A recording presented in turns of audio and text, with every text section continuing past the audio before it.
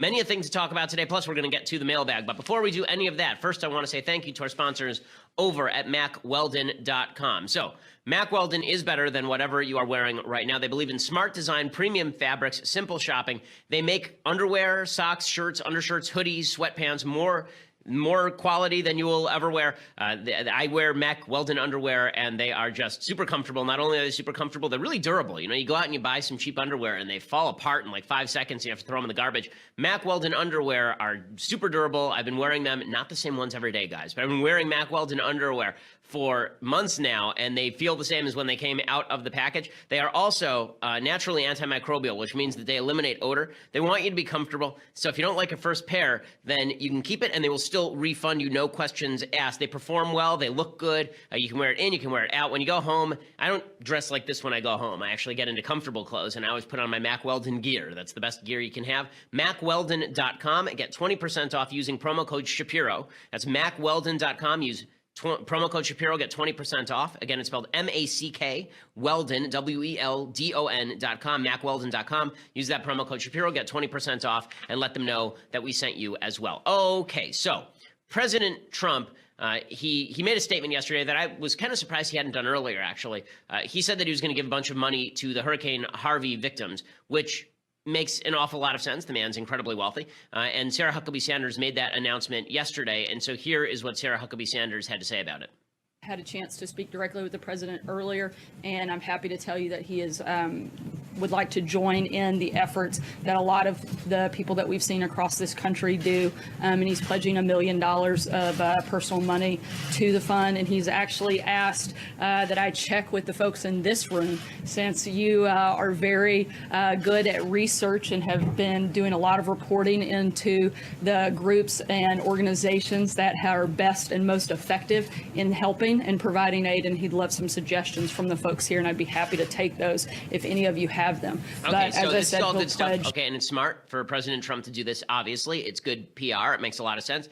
Meanwhile, the Democrats are looking at this, and they're realizing that Trump's handling of Hurricane Harvey is actually pretty good. Most Americans are going to be pretty happy with how he has handled this natural disaster. It's better, frankly, than I thought he was going to handle a natural disaster. I thought his administration did a better job than I thought that they might do. So I really have no major complaints with President Trump here. I think that he's doing a pretty good job unifying the country around the Hurricane Harvey victims. Again, easy thing to unify around, but I think that he's done a good job with it. Democrats, however, are still focused on how do we stop Trump? How do we stop the Republicans? And so the way they're attempting to do this is by painting the Republicans as divisive. Bernie Sanders came out yesterday. He says that he hopes that President Trump stops dividing, and also he hopes that someone will at some point give him, finally, after long last, a pudding cup. Preferably tapioca, but if you do not have it, he will also take vanilla. He does not like chocolate. Go, Bernie Sanders.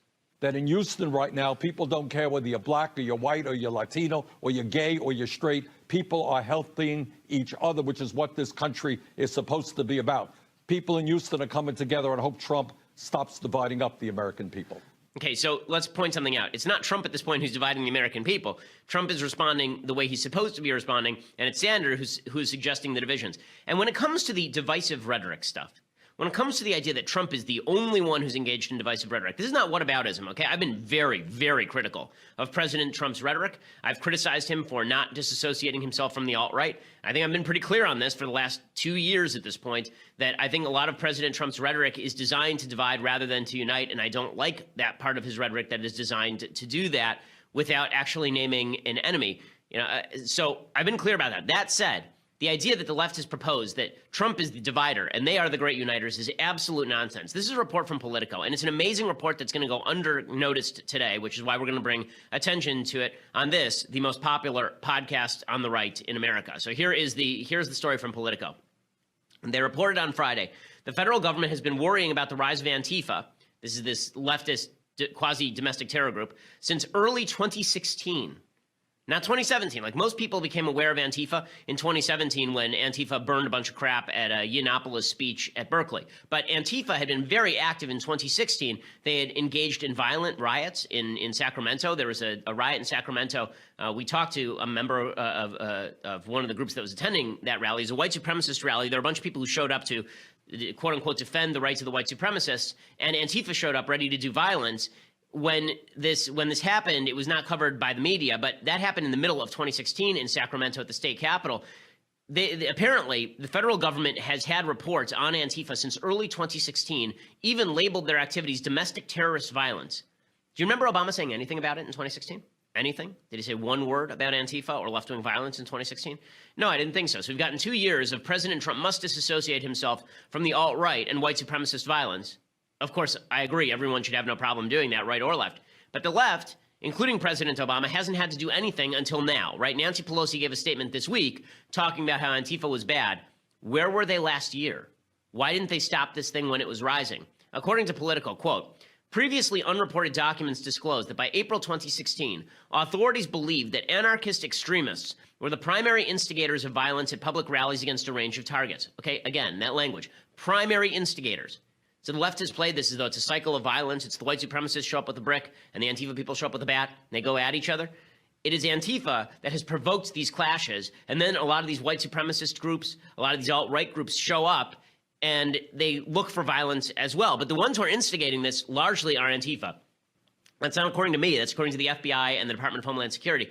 They were blamed by authorities for attacks on the police, government, and political institutions, along with symbols of the capitalist system, racism, social injustice, and fascism, according to a confidential 2016 joint intelligence assessment by the DHS and the FBI. The violence ratcheted up as President Trump's campaign swung into full gear. The FBI noted violence by Antifa in Texas, Oregon, California. Law enforcement put particular focus on a white supremacist rally in Sacramento. At the Sacramento rally, Antifa protesters came looking for violence and, quote, engaged in several activities indicating proficiency in pre-operational planning, to include organizing carpools to travel from different locations, raising bail money in preparation for arrests, counter-surveilling law enforcement using three-man scout teams, using handheld radios for communication, coordinating the event via social media, according to the DHS. That's planning. That's planning. This isn't just spontaneous violence. This is people on handheld radios warning each other when the cops are showing up. They've raised bail money in anticipation of arrests. They were organizing carpools to get to and from places. They were organizing how to get weapons. The FBI and DHS issued a report in April 2016 openly saying that Antifa was prepping for violence. New Jersey law enforcement reportedly stated that Antifa had cropped up in New York, Chicago, San Francisco, and Philly. Shockingly, some members of Antifa, quote, have gone overseas to train and fight with fellow anarchist organizations. Okay, sounds like a terror cell going overseas to train and fight with anarchist organizations. So here is the question. This was happening in the middle of 2016. Where the hell was President Obama? Yeah, the violence in Charlottesville. President Trump was asked repeatedly, as well he should have been, denounce this violence. And he did repeatedly denounce the violence. And then he said there was violence on both sides, and the media went nuts over that particular statement. There's a lot more in the press conference that was bad, but that was correct. There was violence on both sides, and Antifa was causing a lot of it. Where was Obama for a year? Anytime there was a violent incident, Obama tended to downplay the violence and instead talk about the underlying root causes of the violence. And he got away with it. Remember, in April 2009, it's amazing the double standard that holds for the right and the left. Okay, so there's this report that comes out from the FBI and DHS, April 2016, talking about the violence of Antifa. Flash back before that 7 years, okay? It's now April 2009, shortly after Obama takes office. And the Department of Homeland Security, under the auspices of Janet Napolitano, who's now in charge of the University of California system, issued a report saying that right-wing extremism was on the rise, labeling anti-abortion, anti-immigration groups as suspect. The report specifically called out the prospect of lone wolf terrorism from those who agreed with quote-unquote right-wing viewpoints. The report was really vague, but the Obama administration stood by it. So, how about his apparently very specific report regarding Antifa from the year of the election? Not a word from the Obama administration. We're only finding out about it a year and a half after it happened. A year and a half. And let's contrast the language of that 2009 memo with the language of the Obama administration regarding political violence. The 2009 memo about right-wing violence, it says, quote, debates over appropriate immigration levels and enforcement policy generally fall within the realm of protected political speech under the First Amendment. But in some cases, anti-immigration or strident pro-enforcement fervor has been directed against specific groups and has the potential to turn violent. Has the potential to turn violent? What does that even mean? Has the potential to turn violent? That's vague, but the Obama administration stood by it. But when left-wing rhetoric actually turned violent, what did Obama do? He said, oh, the violence is bad, but they do have some grievances, don't they? I'm speaking specifically about President Obama's speech in July 2016 after a black radical parroting Black Lives Matter talking points went out and murdered 5 police officers and wounded 7 others in Dallas. The officers were protecting a Black Lives Matter march at the time. Obama actually spent an inordinate amount of time echoing BLM's message at their funeral service. At their funeral service. Imagine if President Trump had actually gone out after Charlottesville and he had said, and he sort of did do this to a certain extent, the media went nuts. You remember that he went out and he said, listen, this violence is terrible, but Confederate statues, right? There's a legit argument to be had over Confederate statues. The media went completely nuts. Here's what Obama said at the funeral for people who were murdered by a Black Lives Matter supporter, a black radical who was echoing the talking points of Black Lives Matter. Here's what he said, quote, "We know that bias remains. We know it, whether you're black or white or Hispanic or Asian or Native American or of Middle Eastern descent. We've all seen this bigotry in our own lives at some point. We've heard it at times in our own homes. If we're honest, perhaps we've heard prejudice in our own heads and felt it in our own hearts." And then he talks about how the cops are a bunch of racists. Amazing, the treatment, okay? But not one peep about Antifa, not one peep about Antifa. I want to talk a little bit more about that and how the Democrats are really split now between their radicals and their moderates. And their only hope left is getting President Trump and how they hope to do that. But first, I want to say thank you to our sponsors over at the USCCA. So many of you understand that in the end, protecting yourself and your family is your responsibility. If you're ever forced to defend yourself, your wife, your kid, it's a decision you make on the spot. You know, there's an instant when you know that you're going to have to pull the trigger. And many of us know we would act, but we wouldn't really have thought about what comes after because the cops show up, they may arrest you, you may end up having to fight it out with the authorities. You need protection from the law. And that's why you need to get self-defense insurance from the USCCA. They'll support you with 100% upfront coverage for criminal defense, civil suits, and bail funding. They have a 24/7 critical response team, local attorney coordination, and more. For all of that, go to defendmyfamilynow.com. That's defendmyfamilynow.com for coverage starting at only $13 per month. We know that we will defend our loved ones, but we should also defend our loved ones against the problems that come after having to defend them. Activate your membership today at defendmyfamilynow.com. Again, it's defendmyfamilynow.com. You get a limited edition range bag completely free, which is pretty cool. Defendmyfamilynow.com. Go over there, register, and again, you get that range bag completely free, the limited edition range bag. So that's pretty awesome. Plus, you get the insurance coverage, which is something that everybody should have. Go out and check out our friends at the U.S. Concealed Carry Association, USCCA, defendmyfamilynow.com. Okay, so again, the left needs to be asked. Every Democrat needs to be asked about Antifa at this point. They should have been asked about it a year ago. They should have been grilled about it a year ago. They should have been grilled about it after what happened in Sacramento. But the media was too ensconced in its narrative of Antifa as Normandy fighters to actually go out and fight violence. That's despicable. That's truly despicable. And you can see the split that's happening now inside the Democratic Party between the so-called moderates and the radicals. The radicals are still saying, well, Antifa has a point. They're not so bad. And the moderates, who are now being led by Nancy Pelosi of all people, they're saying Antifa's really bad. If the Democrats don't come together around this, I think it's indicative of a broader split inside the Democratic Party. The far left of the Democratic Party is even further left than Bernie Sanders. They're moving left at an increasingly rapid pace. The Democratic Party has split, and the old school Hillary Clinton, quote unquote, moderate Democratic Party, which was never moderate, they're being left in the wake. Even Bernie Sanders is now being seen increasingly as a guy who's not radical enough. I've never seen a party move this far to one extreme this fast, and you can see it happening in real time. Antifa's accelerating that. Trump is certainly accelerating that. The left's hatred for Trump is driving them off the rails. Every Democrat should now be asked, will you denounce Antifa? Will you denounce them? I think Mark Thiessen has a great piece at Washington Post, and it is interesting. It's fascinating how white supremacists who get violent, they are seen as the ultimate evil. Totally fair. They are an ultimate evil. Left-wing extremists who get violent, I'm talking about communists and anarchists, they're seen as somehow superior to Nazis, which is weird to me. I mean, the communists were responsible for a couple 100 million deaths over the course of the last century. As Mark Thiessen said, I'm not sure why it is that somebody who gets violent in American streets carrying the flag of Stalin is better than somebody who gets violent in American streets carrying the flag of Hitler. These both seem like terrible people. And there is a moral equivalence there. And I think that's right. Communism is an ideology that is just as evil as Nazism in its own way.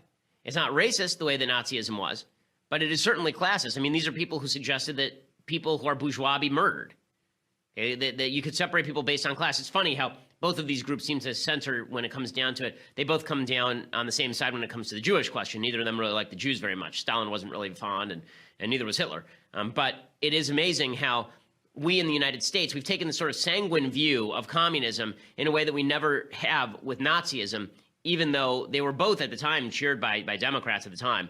The Nazi movement was seen as sort of a proto-fascist or fascist proto-forerunner of a more sophisticated movement that eventually could be used for good by a lot of people, including some mainstays of the Democratic Party back in the day. So again, the only point to be made here is that we ought to be looking at the violence on both sides and condemning it and condemning the ideology that underlies it. But instead, what we're seeing is some people on the left condemning the violence, not all, and very few people on the left condemning the ideology at all. Whereas everybody on the right who has any brain at all is condemning white supremacists and the alt-right. Okay, so what does this mean? Democrats have to know this stuff doesn't make them popular. Okay, the Antifa stuff is not going to make them popular. It's not going to make them well-loved. It makes them seem extreme and crazy because they're being extreme and crazy. And so instead, what they are focusing in on is their final hope, the last hope, right? Their very last hope of all is beyond Trump destroying himself, is Robert Mueller. So Robert Mueller is the special investigator, and now there's some new developments in Robert Mueller's case. Again, they need to shut down these leaks. These leaks are just ridiculous. So here is the report from Mediaite. This is from yesterday from Joseph Wolfson.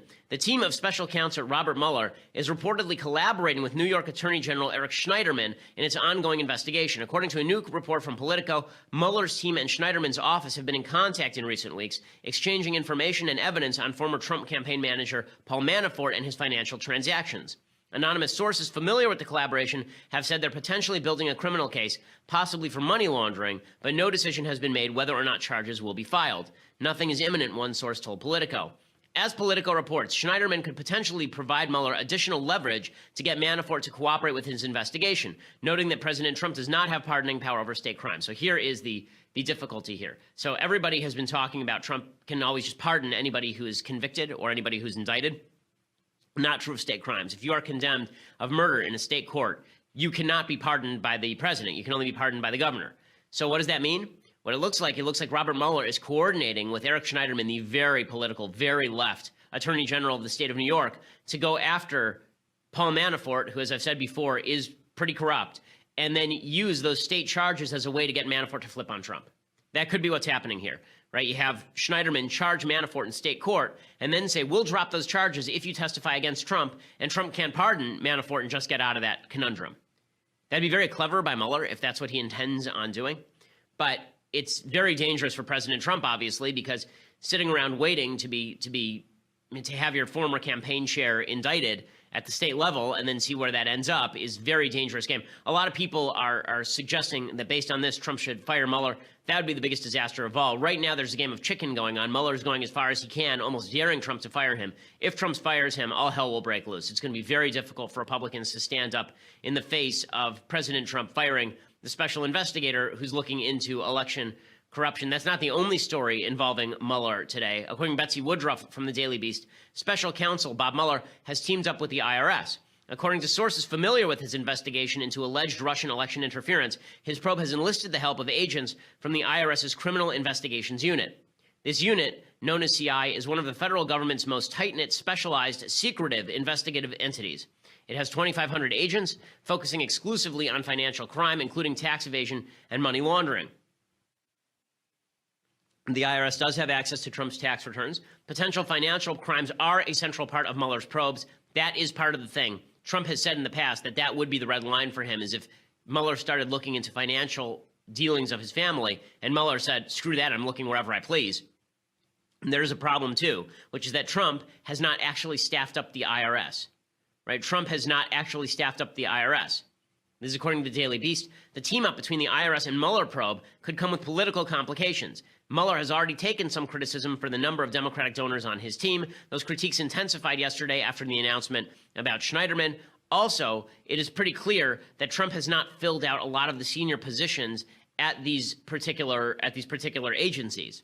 Right? Trump has not yet named his pick to run the tax division, which is a post that requires Senate confirmation, and also a post which could help out Mueller in his investigation. So right now, an Obama appointee is filling the slot that can work with Mueller to give him the information.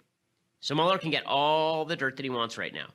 Trump has put himself in this situation because, remember, it was Trump's activity regarding James Comey. It was his dragging in of Deputy Attorney General Rod Rosenstein that led to the appointment of the special counsel in the first place. Now, if he fires the special counsel, it'll look like a cover-up. So it's a full-scale problem for President Trump at this point. A lot of people saying, well, he should just fire people and get it over with, and that way they can't have grounds to impeach him. Again, impeachment is a political grounds. I think his best move here is to wait it out. And I honestly think that he's actually innocent of the Russia collusion. I don't think that Trump himself was colluding with Russia. I think that there is a possibility that Manafort was working with the Russians because Manafort's always worked with the Russians. I think there's the possibility that Flynn was doing so. But the idea that Trump knew about it is a whole different thing. So you could easily see a scenario where Trump's underlings go down and it looks more like Iran-Contra than it looks like Watergate. It looks a lot more like somebody underneath Trump goes down than like the president himself goes down. That's why I'm saying that I don't think Trump should fire Mueller. But what Mueller is doing is obviously provocative. What Mueller is doing is obviously aggressive. And so he must think that he's got something. The Democrats obviously are just ecstatic about this. MSNBC's Mark Halperin, he says Mueller is a ruthless opponent and is not afraid of President Trump. Mueller is a cyborg with a head, a heart, and a brain. I mean, this is an opponent unlike Donald Trump. I'm sorry. Say that. Can you say that again? I like that. Very good. He's a cyborg who has a head, a heart, and a brain. Okay. He's a relentless opponent, and one of the underappreciated aspects of how he's building this operation, I think, is his ability, because of his vast experience, to coordinate. He's in sync with the congressional investigations, whose investigators and members are not issuing, immunity to people or bringing up witnesses who will interfere with the case. He's coordinating within the Justice Department and the FBI. You don't hear any unhappiness coming from there. And now he's coordinating with another guy with subpoena power, another guy who is fearless and not afraid of Donald Trump, and a guy who can bring charges that the president can't pardon for. None of this is an accident. We're seeing through a glass darkly what this Mueller operation's like. We see only a tiny bit of it, but it's clear from everything we see that there is a strategy here, there's a fearlessness, and there's a level of coordination that makes anyone trying to help the president on this be put in a very defensive position.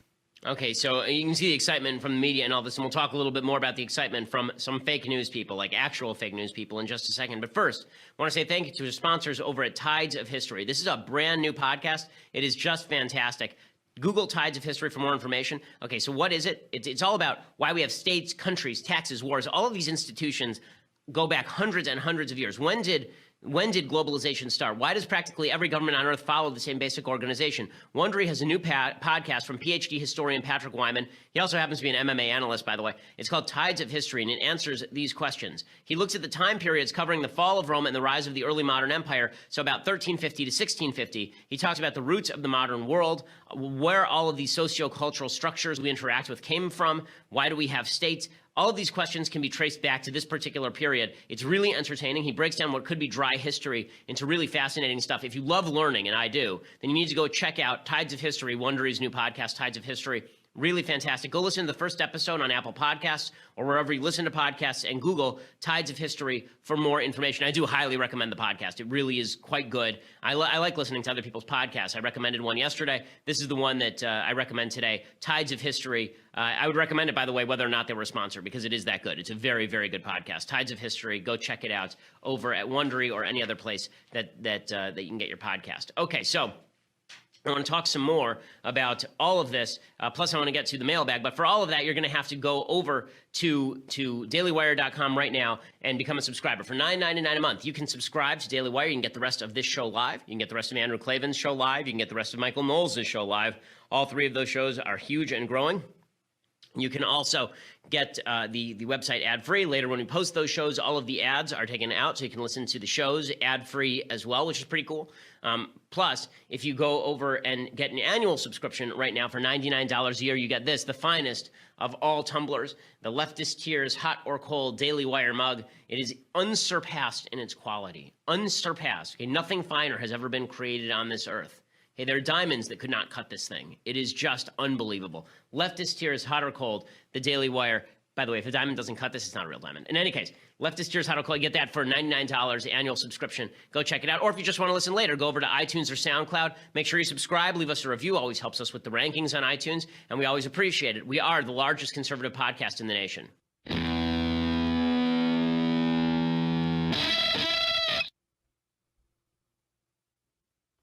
Okay, so the Democrats are obviously ecstatic about these new developments in Mueller. They're placing all their hope in Mueller. I don't think Mueller is going to give them what they want.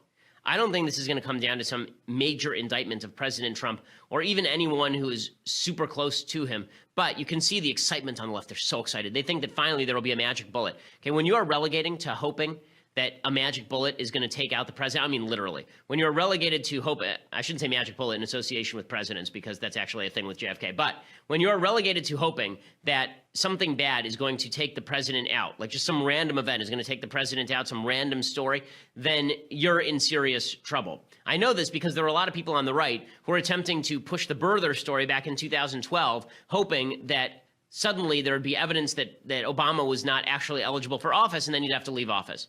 And I know a lot of good-hearted people got taken in by this because Obama wouldn't release his birth certificate. I always thought it was stupid. I always thought it was unsubstantiated. I always thought there was no evidence of it. But there are a lot of people who bought into it or at least left their mind open to it because there was a hopeful thing that, oh, maybe there will be a deus ex machina, that something will come from the sky and knock Obama out. You can see the Democrats doing the same thing with the Mueller investigation right now. Dan Rather, who is the very definition of fake news, he came out yesterday and he spoke about Hurricane Vladimir, right? The Putin story is going to take out Trump.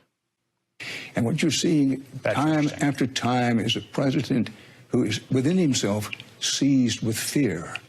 And that's going to be, a political hurricane is out there at sea for him. We'll call it Hurricane Vladimir, if you will, the whole Russian thing. It's still pretty far out at sea. But each day, and tonight we saw it again with the two things you reported, the first reporting from Politico and the Financial Times, this hurricane, this political hurricane, it's still far out at sea, is building in intensity. You can say, well, it was started as a Category 1, it's gone to Category 2. It's approaching Category 4. Don't want to stretch that metaphor too far. But that's... Nothing says classy quite like in the middle of a Category 4 hurricane hitting the mainland United States, likening a political scandal to a hurricane that's going to take out the president of the United States. Just very classy stuff from a guy who lost his job in 2004 for legitimately making up a document or pushing a forged document about President Bush. He thought, this is the irony, he thought in 2004 that was going to be the magic bullet that ended up destroying the Bush presidency, that he was going to release this letter about Bush going AWOL. It turned out that was fake. Virtually any time somebody says, I have the magic tape, I have the magic thing that's going to take out the president, only once in American history, really, has there been some sort of magic document, magic tapes that ended up taking down a president. It was Nixon. And so everybody wants to go back to that model. That was something that was unique in American history. I don't think you're going to see something like that again in the near future. But you can see that the hopes of the Democrats are riding on this thing. Keith Olbermann is saying the same thing. He says, everyone in the cabinet's going to be impeached. Not only is Trump going to be impeached, everyone's going to be impeached. Here's Keith Olbermann broadcasting from his mother's basement. Republican senators and congressmen finally speaking out against Trump on Charlottesville, on Arpaio, on the response to Hurricane Harvey, on the Secretary of the Treasury watching the eclipse while standing next to $200 billion in gold, on the military transgender ban, the daughter of the Secretary of the Interior, herself a veteran, calling for his impeachment over that, a website run by a Republican research firm noting with scorn that in 1 month Trump had attacked nearly 1 out of every 7 Republican senators. The little tendrils are popping up through the soil so well fertilized by 7 months of this administration and the president of bullshit. Roger Stone's insurrection may in fact be coming to pass, except it will be nonviolent, and when it is over, it will not be good news for Stone or his fellow travelers. And when it ends, there will not be Trump. See, this is the great hope. There will not be Trump. And I say it very seriously, just like I used to say en fuego back on SportsCenter back in the day. This is the great hope. Okay, if you're banking on this hope and you're on the left, let me recommend that you get a better program, stop associating with Antifa, and start providing some solutions to the American people. It turns out that Republicans suck at their jobs. The only consolation is that Democrats are even worse at theirs. They're even worse at theirs. Democrats are now, the CNN is now so desperate about Trump that they're legitimately attempting to push their own presidential candidates. It's an amazing thing. I was watching yesterday at the gym. CNN was on the TV, and again, I was not. I was in the middle of working out, so I couldn't go up and just throw things at the TV. But they decided to have on John Kasich and I think it's John Hickenlooper. I can never remember Hickenlooper's first name. He's the governor of Colorado. And they it's John Hickenlooper. And they were both on with Breonna Keeler from CNN.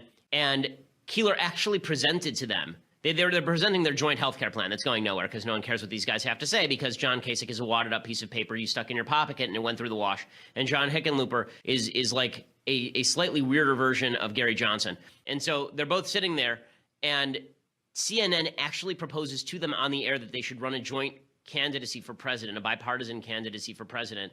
Oh, God, no. We whipped up a little something, just For a little. what?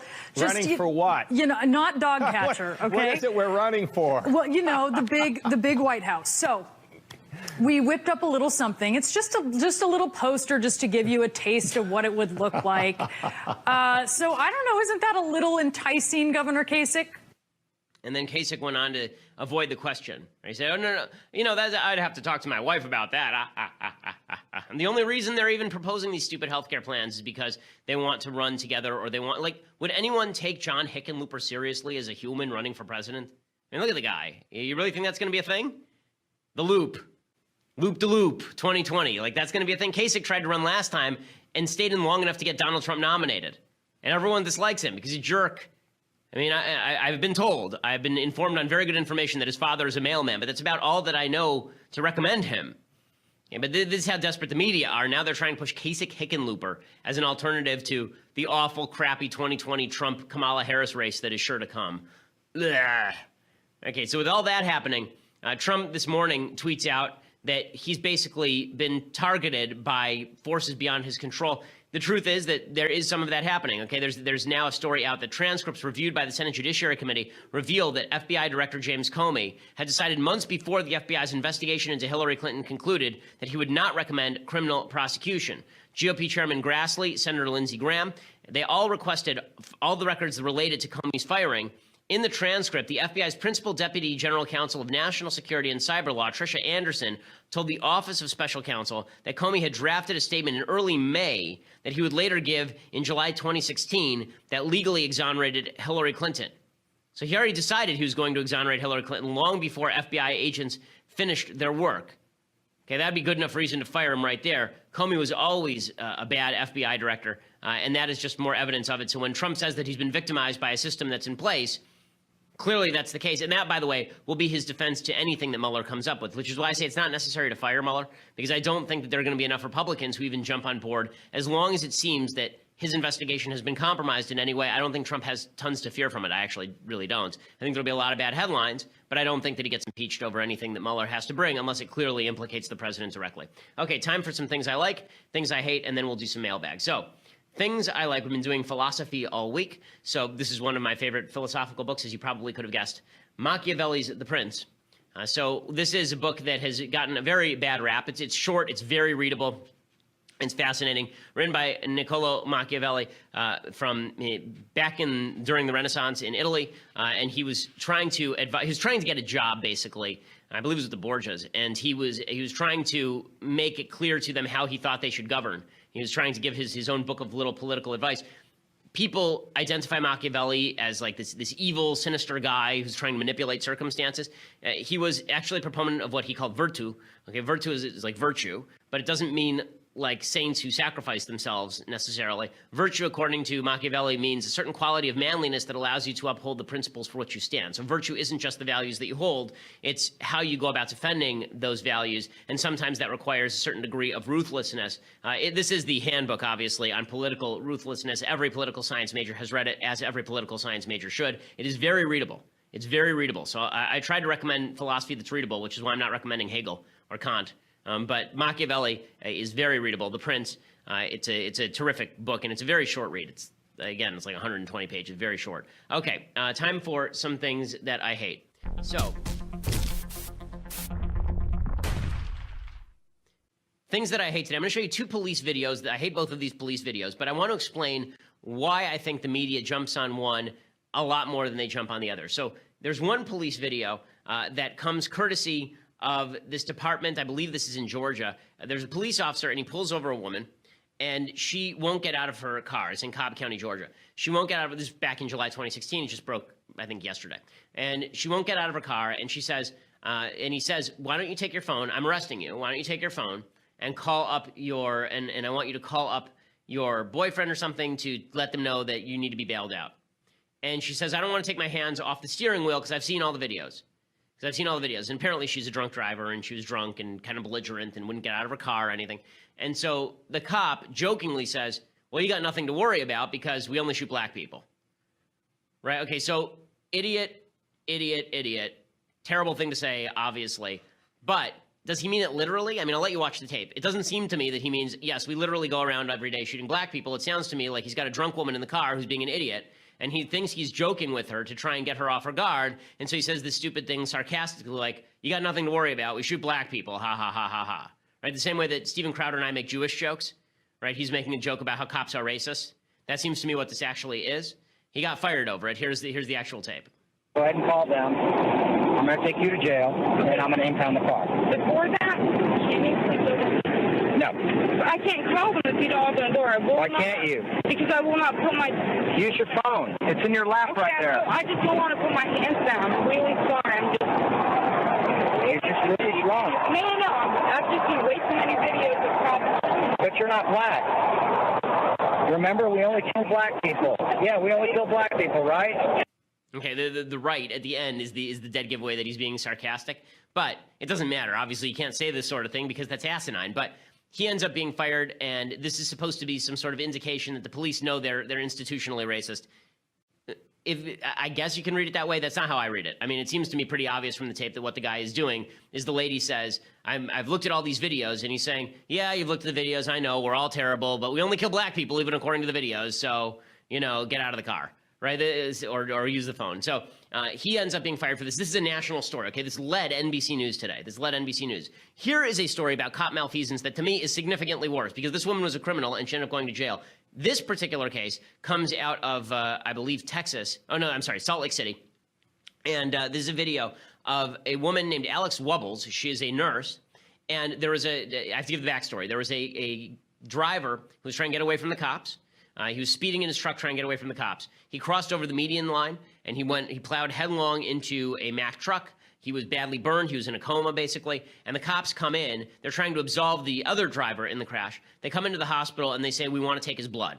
Okay, it is illegal under Supreme Court precedent from 2016 to take somebody's blood without any sort of probable cause, without a search warrant, or without the permission of the person. Person's unconscious, and there's no search warrant. So the nurse says, listen, I may like you, but I can't let you take the guy's blood because that's illegal. Okay, they arrest her, and they brutalize her in the process. Here's the actual tape. Okay. No, we're done. We're done. You're under arrest. We're going. We're done. We're done. I said we're done.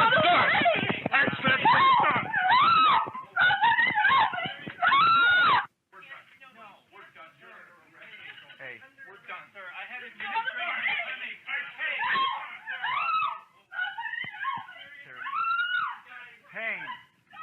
So they arrest her over nothing. She was never charged with a crime. They handcuffed her. They dragged her out physically. Okay, she was the one who was obeying the law. The cop wasn't. And here's the point of why I'm contrasting and comparing these videos. Most cop bad action has little or nothing to do with racism. It has to do with cops just being crappy at their jobs. Just like most of the things you do in your daily job have nothing to do with racism. If you do it wrong, it has to do with you being bad at your job. And if it happens, there's a black person in front of you and you're bad at your job, you might be accused of racism. The same thing happens with cops. Okay, Adam Carolla makes this point all the time, and I think that he's exactly right. If you're a black person getting pulled over by a cop and the cop was a jerk, he might immediately assume that it was because he was black. But being a white person who's pulled over by a cop, he knows that it's just because some cops are jerks. Right? I think that's a perfectly understandable perspective. And when you're a member of a minority group, that is the tendency. My father, my grandfather, I remember growing up, there would be times where somebody would be a jerk, and my dad would say, the guy's probably an anti-Semite. And I'd say, Dad, it probably isn't because he's an anti-Semite. It's probably just because he's an a-hole. Right? Like that happens. Like, people are jerks. I think that you're a jerk is a better explainer 95% of the time than you're a racist. And so even the guy in the first tape, it seems to me he's acting out of ignorance, stupidity, incompetence. He had 28, by the way, the evidence for that is that he had 28 years on the police force before he was fired, not a single instance in which he was accused of racism. So, that seems to me better evidence than that tape of sarcasm. But the point here is that bad police action, we would be better off talking about when police exceed their mandate, when police are brutal, when police are get out over what they are supposed to be doing, when police exceed the use of force. And when they do all those things, that seems to me a better explanation of police behavior than just blaming endemic institutional racism. I mean, Alex Webbles is white. They didn't stop the Salt Lake City cop from dragging her out for no reason. And if she'd been black, what would the headline have been?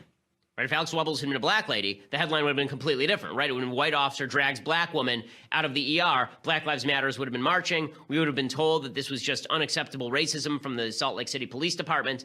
And we hear the same thing whenever there's a death. I remember out here in Los Angeles, in Orange County, there was a homeless white guy named Kelly Thomas, and he was beaten to death. He was diagnosed with schizophrenia. He was beaten to death on the streets of Fulton, California by a bunch of cops. He was white. If he'd been black, that would have been a national story. It was like Rodney King level. I mean, it was worse than Rodney King because he actually died, Kelly Thomas. And he actually didn't do as much wrong as Rodney King. And it wasn't a national headline in the same way because he was white. Again, I think the same cops who beat Rodney King beat Kelly Thomas. And I think they're both wrong, but that's a different kind of wrong than racism necessarily. Okay, time to do a little bit of mailbag. So, Rachel or Rochelle Adler, she says, who do you want to see sit on the Iron Throne at the end of Game of Thrones? So, I mean, my personal preference would be to sew Rob's head back onto his neck and make him king. I was a big Rob fan, and it was very sad to me when they knocked him off. I do like the theory. It's not right, but I like the theory that Ned Stark is still alive. I think that's hilarious. That he switched places with Jake and Hagar in the jail at the end of season 1. But of the players who are left on the board and in the Iron Throne, as I've said before, my heart says I would love to see Tormund and Brienne with their giant children bestriding the world. I think Tormund would be a good king because he's not interested in ruling anybody else. I think that in all likelihood it'll end up being a council of advisors and a democracy and blah, blah, blah. Okay.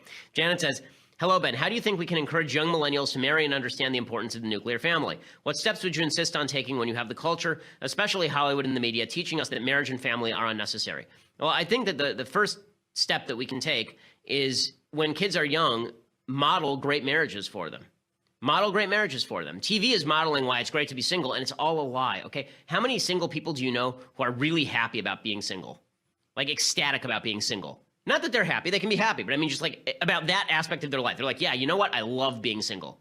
Okay, other than a few guys who like to cat around, there are not very many people in the United States who are like, yeah, I love being single. A lot of people living together, a lot of people have girlfriends, but they don't get married because pop culture has told them that marriage is a patriarchal institution in which people are miserable and they fall out of love with each other and blah, blah, blah, blah, blah. The best thing you can do for your kids is model a good marriage, and everybody who's married should model good marriages for the rest of the world. That's the single best way to draw people toward marriage. Marriage is an institution that does make people happier. By every poll available, both men and women are happier married than they are unmarried. Kids make you unhappier in some ways, but a lot happier in other ways. That's a different question, though. Kids, it's really fascinating how Western civilization has made kids into dogs and dogs into kids, but that's a different question than marriage itself. Marriage itself is still an amazing institution, and it is the lifelong commitment of somebody to you, and knowing that you're going to be able to grow with that person the rest of your life is a very different thing than the idea that you have sex with random partners who you get together with and blah. I think that's garbage. Nathan says, do you tithe? So Nathan, I don't. I should.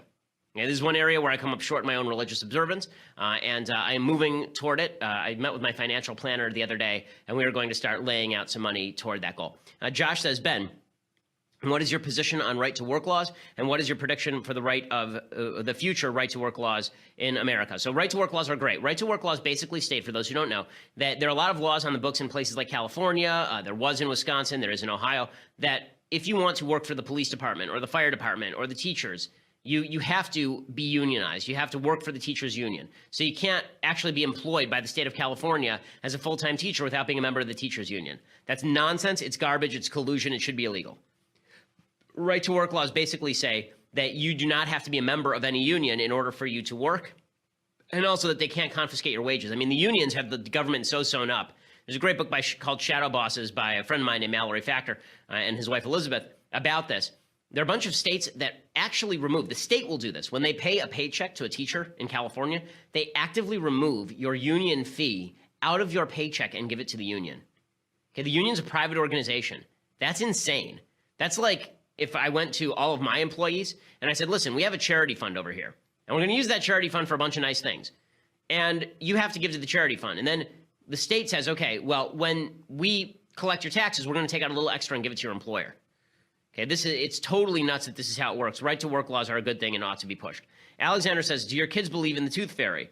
Well, they haven't lost any teeth yet, so I haven't actually had to have that conversation. I see nothing wrong with kids believing in the tooth fairy or the Easter Bunny or Santa Claus. Life will disabuse you of all sorts of notions later, but I think it's kind of charming. And kids figure it out pretty fast. I mean, the fact is the kids know that it's really mommy and daddy, but they like the mythology of it is fun. Taylor says, hey, Ben, what are your thoughts on red light traffic cameras? Thanks, Taylor. So I'm of divided mind on red light traffic cameras. The part of me that is annoyed with getting tickets hates them. The part of me that says that the law should be equally applied likes them. So the question is whether red light traffic cameras actually capture dangerous activity or whether these are just prophylactic rules that they are enforcing. You know, like there are times when somebody is going through the intersection and it's the very last second and you're going through a red light and there's no one there. Is that somebody who deserves a $200 ticket the same way that somebody who runs a red light in the middle of somebody else's green light deserves a ticket? I'm not sure. Like, there's some judgment calls to this.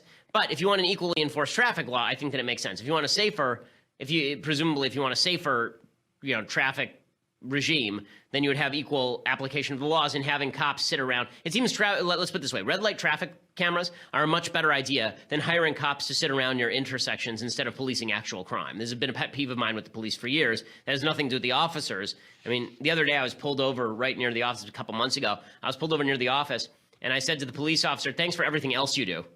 And he kind of smiled and nodded at me. He said, yeah, this is ridiculous, because they'd set up one of these speed traps, and they had, I think, 4 motorcycle cops and 3 squad cars just on a side street over here to catch people who were making illegal rights. And it's like, okay, we got crime in the city, like real crime in the city. Even the cops don't want to be doing that. Dana says, hey, Ben, what's the best way to get over a heartbreak? The best way to get over a heartbreak is to get back out there, not to sit around moping about it. If you sit around moping about it, then all you're doing is you are engaging in giving the control of your feelings over to somebody else. That's always a mistake. Okay, you are in control of your own feelings. You're a rational human being. Do not give control of your feelings over to someone else. That empowers them. It does not empower you. And not to get all Marcus Aurelius stoic on you, but the fact is that it is up to you how you decide to treat the circumstances that surround you. If you get dumped, if you have a heartbreak, then I would suggest that you move on as best you can in as quick a manner as you can. Don't do this routine where it's like, well, if I just sit around, everything will eventually sort itself out. It won't. Emmanuel says, assuming the worst situation and that the investigation drags down Trump, what do you believe would happen to the Republican Party? Well, Emmanuel, it sort of depends on whether the Republican Party goes along with everything Trump is willing to do. So let's say worst case scenario. Worst case scenario is that there's a direct letter from Donald Trump to Vladimir Putin saying, Vlad, I need some help. You got any information on Hillary Clinton? And Vlad writing back saying, yes, Donald, we have some information on Hillary Clinton. Here it is. Enjoy. We would like to see you elected. And Trump writes back saying, thanks, love it. Also, you can have Crimea, right? If that, let's say that's worst case scenario. Okay, so if that happens and the Republicans sit around and don't impeach him, then they end up going down with him. If they separate off from him, they don't as much. Remember, a lot of Republicans were getting ready to vote for impeachment for Richard Nixon when he resigned. It seemed like a disaster for the Republican Party, and Nixon resigns in 75, I think, and by the time it's over, like 6 years later, is Ronald Reagan. So the idea that it was the idea that it was the end of the world when that happened, it was 74 when Nixon resigned, August 74 when Nixon resigned. Gerald Ford fills out his term. There's one term of Democrats, and then you go right back to Ronald Reagan. So it doesn't kill the party to have a president who's a failure. It does kill the party to have a party that endorses the failure. Megan says, what's your number one tip for conservatives in college? Number one tip for conservatives in college is keep your head down and be specific about the points that you choose to make. Don't always go into every argument guns a-blazing. Understand what the purpose of the argument is. Brendan says, I want to know what your stance on cussing is. I know on other podcasts you have a much more colorful language than on your show, but I'd like to know how you feel about cussing in regular life. Thanks, Brendan. Well, I think you shouldn't do it in front of kids. I think it's impolite. I don't think that it is a moral failing in any serious way. This is where I differ from a lot of other religious people. I may be wrong. I'm fully willing to listen to that.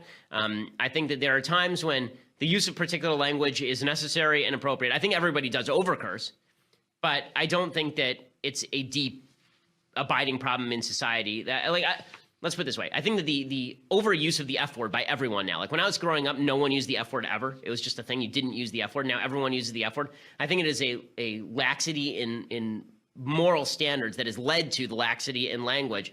But I think that if you're a person who drops the occasional F-bomb when you're frustrated and you're in the car alone, do I think that this makes you a lesser human being? No, I don't. I think that that's psychological studies have actually shown that when you drop an F-bomb, it actually helps alleviate pain and anger when you're in the car alone by yourself. Like if you stub your toe and you yell the F word, don't do it in front of kids, don't do it in front of other people. But if you do, it'll probably make you feel better than if you just didn't. Daniel says, do you have any sort of special show plan for when you surpass Oprah in the iTunes ratings? I don't have any special show planned. You'll get a normal show. You will not get a car, and you will not get a car, and you will not get a car, and none of you will get a car. Go get your own damn car, get a job. Foxamillion Sandwich writes, is cereal a soup? No, cereal is not a soup. I have two things for soup. There are a bunch of things that people think are soup that I think are not soup. Okay, so number one, soup has to be hot. I know this is controversial. I know a lot of people think that you can have cold soup. Nonsense. There's no such thing as cold soup. That's called garbage. Okay, no one should be eating cold soup. Second, soup has to be cooked. Okay, when you make a vegetable puree and it hasn't been cooked, or you make a fruit puree, that's called a smoothie. Okay, a fruit smoothie is a puree. When you give me a bowl and it's just chopped up fruit, okay, and then you say, ooh, it's a soup. No, it's not a soup. You're stupid. Okay. Noah says, Ben, I was wondering if you own any guns. I know how scrupulous California is, and if you do, what make and model. I do own a handgun. I own a shotgun. It's a Mossberg 500, the shotgun, and it's a Smith & Wesson 9mm is my handgun. Andrew says, hi, Ben. During the show, we only ever see you sitting behind a desk. I must know, have you ever done an episode without wearing pants? Would you ever consider it? We wouldn't be able to see anyway. Well, first of all, Andrew, you might be lying. You might be able to see me. I just don't know, and that would be really sick and perverse of you to get me to take my pants off just for that purpose. How dare you?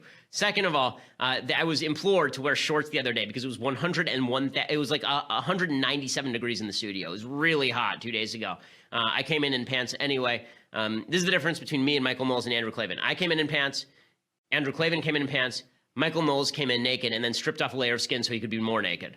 That's just who Michael Knowles is. John, final question. He says, hi, Ben. My fourth grader was reading a book written for second to third graders by an author she likes, only to discover the central theme of the book was the main character dealing with her two best friends coming out as gay and her love interest who hadn't decided whether he was bi or not. Sounds like a delightful book. This brings me to my question. When do you think is the optimal time to broach the birds and bees conversation with kids? Do you think this is also the time to bring up LGBT issues, or is that a separate discussion? It is a separate discussion. Okay, the birds and the bees is about human reproduction. It's not about sexual pleasure. The birds and the bees is about what you do to make babies. Okay, because that is how the universe continues to operate. That's how the world continues to function. If that doesn't happen, humanity ends. What you do to make yourself feel good on your genitals is a different discussion than what is the purpose of marriage and procreation. It is. It's a different thing. Like I remember when my dad gave me the birds and the bees talk. He literally sat down with an anatomy book and he said, here's how everything works. And if you have any questions, come to me and I'm happy to explain it to you. And that worked out great. I asked my dad any questions that I had, and we were never shy in our house about talking about the way that sex works. And so, I think that being open with your child about how things work is the best. These issues will make themselves apparent anyway. I don't think it's like you have to sit around and wonder, when do I tell my kid this? Your kid will come to you with questions if you're open about these issues. Your kid will come to you with questions and ask the questions, and you'll be given the opportunity to talk about them. But you should think in advance about how you want to talk about these issues, because there are moral issues embedded in the sexual pleasure question that are not embedded in how does sexual reproduction work questions. And that's a separate conversation for my money. I don't think they're the same thing at all. And I think conflating the two is one of the things society has done that's actually quite awful, is conflating the value of sex with the value of physical pleasure. I don't think that that is the entire thing. And I think making the two identical has been a real disservice to children throughout the country. Okay, so we'll be back here next week. We don't have a show on Monday, I believe, because it's Labor Day. So thanks, commies. Appreciate it. We will be back on Tuesday, and we will have all of the news for you then. I'm Ben Shapiro. This is The Ben Shapiro Show.